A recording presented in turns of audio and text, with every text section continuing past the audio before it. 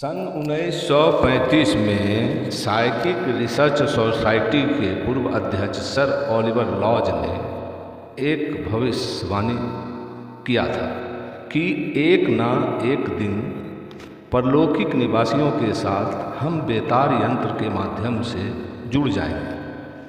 तो हमको सबसे पहले ये जानना है कि इस ब्रह्मांड में यदि कोई चीज़ सदा सत्य है तो वो ओम है। ओम की ध्वनि पर भी जर्मनी के मूर्धन्य वैज्ञानिक डॉक्टर हसबेंडर ने अपने द्वारा टेप की गई मृत आत्माओं की आवाज़ पर गहन अध्ययन अनुसंधान किया है।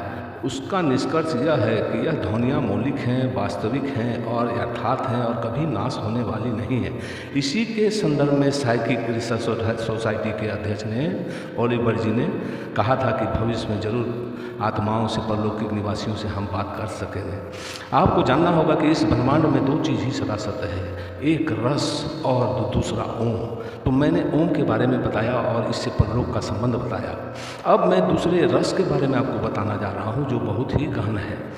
बहुत बार ऐसा होता है, आपको भी शायद आपको भी अनुमान हो, सुना हो या किसी के घर में हुआ हो। बहुत बार ऐसा हो जाता है, घर में अचानक चीज़ें हिलने डुलने लगती है और कोई इसका प्रकट कारण नहीं मालूम होता है। ऐसा आपके ख्याल में ज़रूर आएगा। मैं कहूँ तो आपने किताबें टेबल पर रखी है और वह गिर के नीचे आ जाती है। आपने बर्तन बीच टेबल पर रखा है और वो सड़क के नीचे गिर जाती है। इस तरह की अजीबी घटनाएं आपके ध्यान में ज़रूर आती होंगी। और आप यदि खूंटी पर कपड़े टांगे हैं तो वो इस खूंटी से उठकर दूसरी खूंटी पर चली जाती है। इस तरह की घटनाएं हमें झंझोड़ती है कि क्या प्रेत आत्माएं हैं, क्या कोई आत्माएं परलोक में रहती हैं। लोग कहते हैं कि घर में प्रेत बाधा हो गया, इस घर में विपत्ति आ गया, लेकिन मनस्विद 100 सालों से इस पर अध्ययन कर रहे हैं। ये अध्ययन उनका रस पर है। रस का तात्पर्य ये है कि क्या ये सब अचानक हो रहा है, क्या हो रहा है, अचानक घटना घट रही है।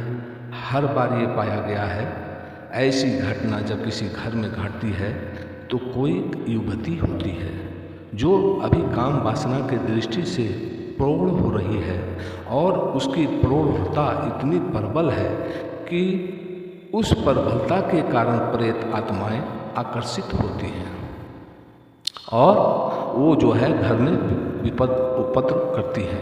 इसी तरह आपको ध्यान में आता होगा कि कभी कभी किसी घर में अचानक पर्दे में आग लग गई, चादर में आग लग गई, आग लगने की घटना घट गई। इस तरह के बातों का कारण फ्रायड जो बहुत बड़े रिसर्चर थे, उन्होंने इस पर 40 साल का रिसर्च किया और उन्होंने पाया कि हिस्टीरिया पर उनका बहुत बड़ा अध्ययन था। ये मैं अपने आगे के वीडियो में आपको बताऊंगा, लेकिन मैं अभी रस और ध्वनि के बारे में बता रहा हूँ। तो जिस घर में यदि एक कुमार लड़का है और वो यदि छिप के हस्त में धूम करता है तो संभावना है कि उस घर में कभी कभी आग लग जाया करेगी, पर्दे में आग पकड़ लेगा और कहीं आग लग जाएगा। तो ये सब जो है अचानक जो होता है, ये सब जो है काम वासना को दमनकारी नीति के द्वारा दबा लेने से और फिर वह ऐसे आत्माओं को आकर्षित करने लगता है और ये घटनाएं घटने लगती है। यदि उस युवक को उस घर से निकाल दिया जाए और उसे दूर कर दिया जाए तो ऐसी घटनाएं बंद हो जाएगी। ऐसे ही उस प्रौढ़ावस्था को प्राप्त कर रही युवती